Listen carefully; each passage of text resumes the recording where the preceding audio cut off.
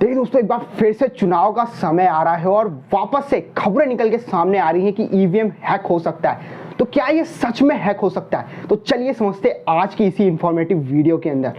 अकाली दल को और भाजपा के गठबंधन को मुश्किल से 5-6% वोट मिलना था। एक शक पैदा होता है कि कहीं ईवीएम के जरिए 20 से 25% वोट आम आदमी पार्टी का अकाली दल और भाजपा के गठबंधन को ट्रांसफर तो नहीं कर दिया गया। 19 में भी कहा था कि गलती ईवीएम की नहीं है, गलती जो लोगों के दिमाग में जो चिप डाल दी गई है वो उसकी बहुत बड़ा रोल अदा कर रहा है। विपक्ष ने हमने 2-3 बार करी है और वो चर्चा चल रही है, मगर ईवीएम सिर्फ एक एलिमेंट है। देखिए दोस्तों, ईवीएम यानी कि इलेक्ट्रॉनिक वोटिंग मशीन ये एक तरह का सिस्टम है जो कि Bharat electronics corporation of India के द्वारा बनाया गया है। और जब ये भारत में आया तो भारत में इससे पहले बैलेट पेपर का इस्तेमाल हो रहा था। और जो बैलेट पेपर का सिस्टम रहा है वो हमेशा से बहुत ही ज़्यादा क्रिटिसिज्म फेस करता है बिकॉज ऑफ वोटिंग में फ्रॉड एंड बूथ कैप्चरिंग जैसी वजहों के कारण, जहाँ पर पार्टी के यही लॉयल कार्यकर्ता बूथ कैप्चरिंग जैसी प्रैक्टिसेस में शामिल होते थे और अपने बनाए हुए फेक बैलेट्स को ओरिजिनल बैलेट से बदल दिया करते थे। और इन्हीं बैलेट पेपर्स का जो दूसरा ड्रॉबैक रहा है कि ये हमेशा से ही एनवायरमेंटल फ्रेंडली कभी भी नहीं रहे हैं, क्योंकि इन बैलेट पेपर्स को बनाने के लिए कई सौ पेड़ों को काटना पड़ता था, उसके बाद ये बनते थे। और इसके बाद में भी इन लाखों बैलेट पेपर्स को गिनने के लिए हजारों लोगों की जरूरत पड़ती थी। देखिए, अगर ईवीएम के फीचर्स के बारे में अगर बात करें तो ये जो ईवीएम है ये किसी भी तरह के वाईफाई से कनेक्ट नहीं हो सकता, किसी भी तरह के इंटरनेट से कनेक्ट नहीं हो सकता, किसी भी तरह के ब्लूटूथ से कनेक्ट नहीं हो सकता। यानी कि ओवरऑल किसी भी आउटसाइड कनेक्टिविटी को ये सपोर्ट नहीं करता है। यानी कि अगर किसी भी चीज़ को अगर आपको हैक करना है तो उसको कनेक्ट करना बहुत ज़्यादा ज़रूरी होता है।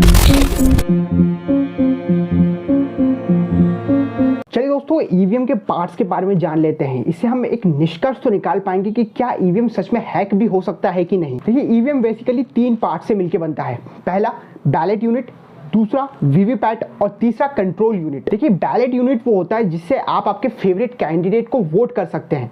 देखिए, वीवीपैट ये असल में 2014 के बाद में ऐड किया गया था। ये इसका बेसिक सा सिंपल सा एक पर्पस यही था कि आप जिस पार्टी या कैंडिडेट को वोट दे चुके हैं उसको वेरीफाई करने के लिए कि हाँ आपका वोट उस पर्टिकुलर पार्टी या कैंडिडेट को गया है कि नहीं।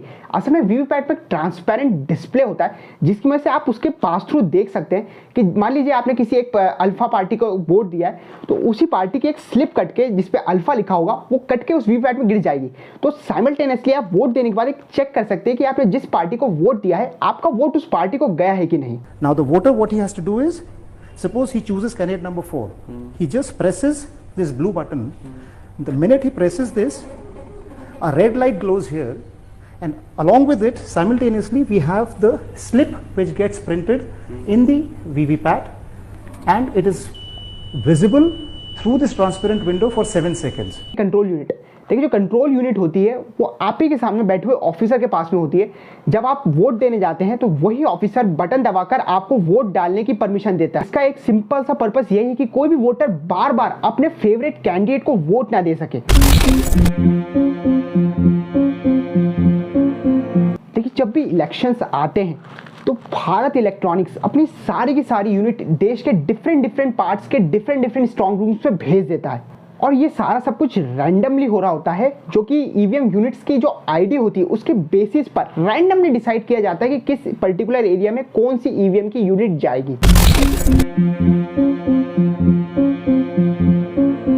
देखिए, अगर ईवीएम की सिक्योरिटी की बात करें तो सेंट्रल पैरामिलिट्री फोर्सेस यानी कि सीपीएमएफ स्ट्रॉन्ग रूम के इनर सर्कल को गार्ड कर रही होती है, वहीं पे स्ट्रॉन्ग रूम के आउटर सर्कल को स्टेट आर्म्ड फोर्सेस डिफेंड कर रही होती है।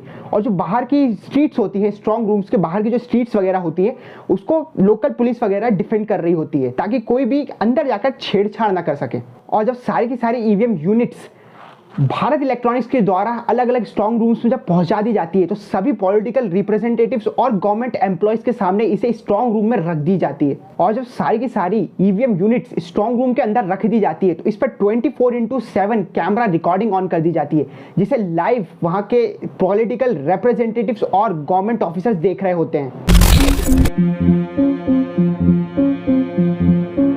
देखिए, वोटिंग के दिन जब सारे सेटअप हो जाते हैं तो एक वोटिंग के लिए एक मॉक टेस्ट लेके देख लिया जाता है जस्ट वोटिंग से पहले, जिसमें सारे के सारे पॉलिटिकल मेंबर्स वोट डाल के देख लेते हैं। और जैसे ही वोटिंग खत्म होती है, इनकी जो टेम्पररी वोटिंग हो रही होती है, जैसे ही ये खत्म होती है तो इसको एक बार वीवीपैट से वैलिडेट जरूर कर लिया जाता है, ताकि कोई भी मिसमैच अगर वोट्स और वीवीपैट की पर्चियों में अगर निकलता है तो वोटिंग प्रोसेस को वहीं रोक दिया जाता है। और एक बार जिस मशीन से प्रॉब्लम का इशू सामने आया है, उस मशीन को एक बार फिर से वेरीफाई किया जाता है, और अगर वो मशीन में कोई भी और फॉल्ट परसिस्ट करता है तो उस मशीन को अलग से सर्विलियंस में रख दिया जाता है। और जब सारे पॉलिटिकल मेंबर्स डिफरेंट पार्टीज के सहमति दे देते हैं वोटिंग चालू करने की, तभी वोटिंग चालू होती है। और जैसे ही वोटिंग चालू होती है तो वहां पर मौजूद ऑफिसर ईवीएम की स्टार्ट होने की टाइमिंग और एंड होने की टाइमिंग को नोट कर लेता है, ताकि अगर इसके बाद, इस टाइमिंग के बाद कोई भी अगर छेड़छाड़ हो तो समय से पता चल जाए।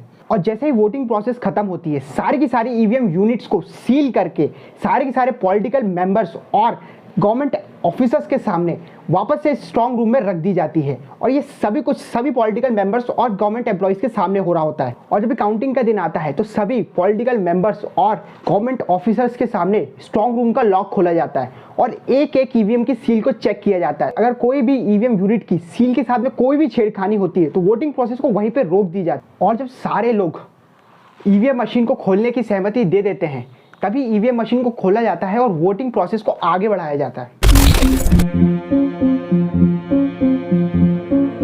देखिए, हर पार्टी ने कभी ना कभी ईवीएम को क्रिटिसाइज जरूर से किया है, और जो भी पार्टी किसी पर्टिकुलर एरिया में हार जाती है तो वो शोर मचाने लग जाती है कि ईवीएम तो प्रोग्राम्ड है, पहले से ही हैक्ड है। लेकिन वही पार्टी किसी एक पर्टिकुलर एरिया में जीत जाती है तो वो चुपचाप रहती है, वहां पर कुछ नहीं बोलती है, अपनी चुप्पी साधे रखती है। देखिए, आज तक बहुत सी पार्टीज ने ईवीएम के हैक होने पर दावा उठाया, लेकिन जब इलेक्शन कमीशन ने उनसे बोला कि आप आइए और ईवीएम को हैक करके बताइए, तो कोई भी पार्टी सामने नहीं आई। देखिए, अब आगे कोई भी ये बात बोले कि ईवीएम तो हैक हो सकता है या ईवीएम पहले से ही प्री प्रोग्राम्ड रहता है, तो आप पहले इस पे एकदम से विश्वास मत कर लीजिएगा। पहले आप उनसे प्रूफ मांग लीजिएगा कि आप पहले एक तो ईवीएम को हैक करके बता दीजिए, फिर मैं मान लूंगा कि हाँ भाई ईवीएम हैक हो सकता है। तो देखिए, मोटा मोटी तौर पर हमें ये तो समझ में आ गया कि ईवीएम को हैक करना इम्पॉसिबल है। Thank you.